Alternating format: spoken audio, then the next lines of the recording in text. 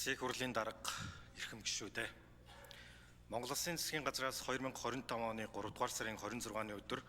Улсын их хурлд өргөн мэдүүлсэн зөвшөөрлийн тухай хуулинд нэмэлт өөрчлөлт оруулах тухай хуулийн төсөл болон хамт өргөн мэдүүлсэн хуулийн төслийн үзэл баримтлалын хүрээнд хилцэх хэсэг асуудлыг эдийн засгийн байнгын ороо 2025 оны 4 сарын 1-ний өдөр хуралдаанаар авч хэлцлээ. Хууль санаачлагчийн зүгээс Монгол Улсын иргэд цахим гэмт хэрэг, мөрөөдөө тоглоом, зайллах гэмт хэргийн хохирогч болж эд хөрөнгөө их хэмжээгээр алдах эрсдлээс урьдчилан сэргийлэх, валютын гадагш чиглэсэн хяналтгүй урсгалыг зогсоох, эдийн засгийн аюулгүй байдлыг хангах зорилгоор зөвшөөрлийн тухай хуульд нэмэлт өөрчлөлт оруулах тухай хуулийн төслийг боловсруулжээ. Хуулийн төслийг ди парламент цэгийн цахим сайтад байршуулж иргэд олон нийтийн саналыг бол авч байна. Эдийн засгийн байнгын орооны хуралдаанаар хуулийн төслийг хэлэлцэх үед Улсын их хурлын гишүүн Сорон Зунболд олон нийтийн телевизээр явагддаг эд мөнгөний хонжиртой суглаатай холбоотой асуудалд судалгаа хийгдсэн гэсэн. Төлбөр таавар, бооцоо тоглоом, цахим мөрөөдөө тоглоомын үйл ажиллагаа эрхлэх, зуучлах зорилготой олон удаагийн үйлдэлтэй с ิจ гтэй гүйлгээг хориглох, үүнээс хэрхэн урьдчилан сэргийлэх талаар Улсын их хурлын гишүүн Номин Чимэг төлбөр таавар, бооцоо тоглоом, цахим мөрөөдөө тоглоомын үйл ажиллагаа эрхлэхийг хориглохоос гадна иргэдийн санхүүгийн боловсролыг сайжруулах, донтолтоос урьдчилан сэргийлэх, соён гэгэрүүлэх ажлыг үе шат дараатаа зохион байгуулах, хариуцах, харилцаа холбооны зохицуулахаараа энэ асуудалд ямар үүрэгтэй оролцох, нийтийн цахим сүлжээнд явагддаг зөвшөөрлгүй хонжирт суглааны нийтийн цахим асуудлыг хэрхэн шийдвэрлэх, банкны гадаад гүйлгээний хяналтын түн шинжилгээ хийсэн эсэх талаар Улсын их хурлын гишүүн Уян гишиг зөвшөөрлийн тухай хуульд төлбөрт таавар, бооцоо тоглоом, цахим мөрөөдөө тоглоомын үйл ажиллагаа эрхлэхийг хориглосон тусгасан нь хууль зүйн техникийн хувьд зохисгүй бөгөөд уг асуудлыг тусгаалan хуулиар зохицуулах нь зүйтэй талаар. Улсын их хурлын гишүүн Жаргалан бооцоо тоглоом, цахим мөрөөдөө тоглоом, хялбар аргаар мөнгө олох сэтлэр тоглож байгаа тул иргэдийн орлогыг сайжруулах арга хэмжээ авах,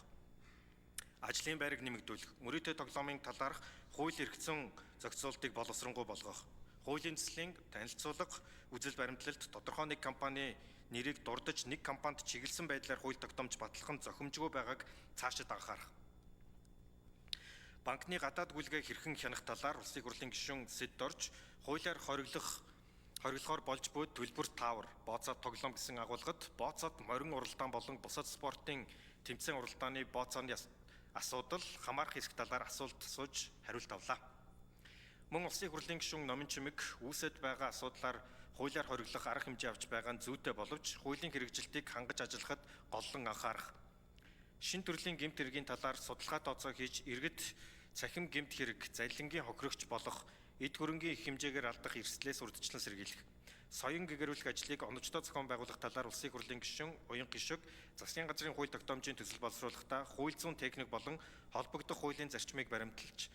цахимт гэмт хэргийн талаарх тусгаалсан хуулиа өргөн мэдүүлэх, хуулийн төслийг хамт өргөн мэдүүлсэн банкны тухай хуульд нэмэлт өөрчлөлт оруулах тухай хуулийн төслөөр мөрдөн шалгах байгууллага дансны мэдээлэл гаргуулж авч байгаа асуудлыг холбогдох хуульд нийцүүлж тодорхой зохицуулах нь зүйтэй талаар. Улсын их хурлын гишүүн Мөнх Соёл мөрөөдөө тоглоомд хэд донцсноос болж гэр бүлийн өрхийн эдийн засаг болон сэтгэл зүйн асуудлууд, гэр бүлийн салалт гэх мэт нийгмийн олон асуудал үүсэж байгаагийн зэрэгцээ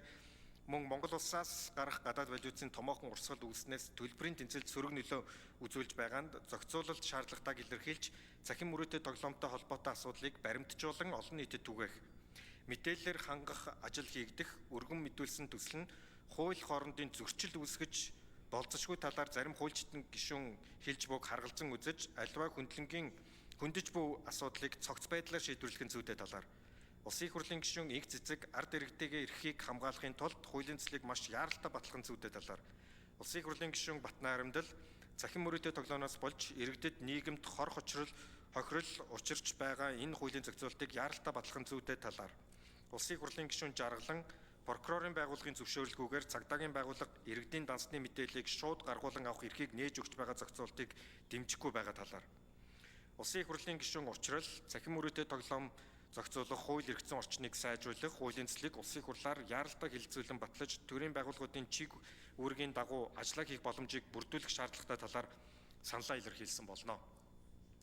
Байнгын орооны хуралдаанаар хуулийн цэцлийн гүйцэл баримтлалын хүрээнд дэмжих хэсэг асуудлаар санал хураалт явуулахад хуралдаанд оролцсон гишүүдийн олонх дэмжиж улсын хурлын чуулганы нэгдсэн хуралдаанаар хилцүүлэх нь зүйтэй гэж үзлээ. Улсын хурлын эрхэм гишүүдээ зөвшөөрлийн тухай хуульд нэмэлт өөрчлөлт оруулах тухай хуулийн төсөл болон хамт өргөн мэдүүлсэн эрүүгийн хуульд нэмэлт өөрчлөлт оруулах тухай, зөрчлийн хуульд нэмэлт өөрчлөлт оруулах тухай, зар сурталчилгааны хуульд нэмэлт оруулах тухай, банкны хуульд нэмэлт оруулах тухай, онцгой байдлын албан татварын хуульд өөрчлөлт оруулах тухай, хувь хүний орлогын албан татварын хуульд өөрчлөлт оруулах тухай, аж ахуйн нэгжийн орлогын албан татварын хуульд өөрчлөлт оруулах тухай, жижиг дунд үйлдвэр үйлчилгээг дэмжих хуульд өөрчлөлт оруулах тухай хуулийн цэцлийг хэлэлцэх хэсэг талаар эдийн засгийн байнгын хорооны санал дүгнэлтийг хэлэлцэн шийдвэрлэж өгөхийг та бүхнээс хүсье. Анхаарал тавьсан баярлалаа.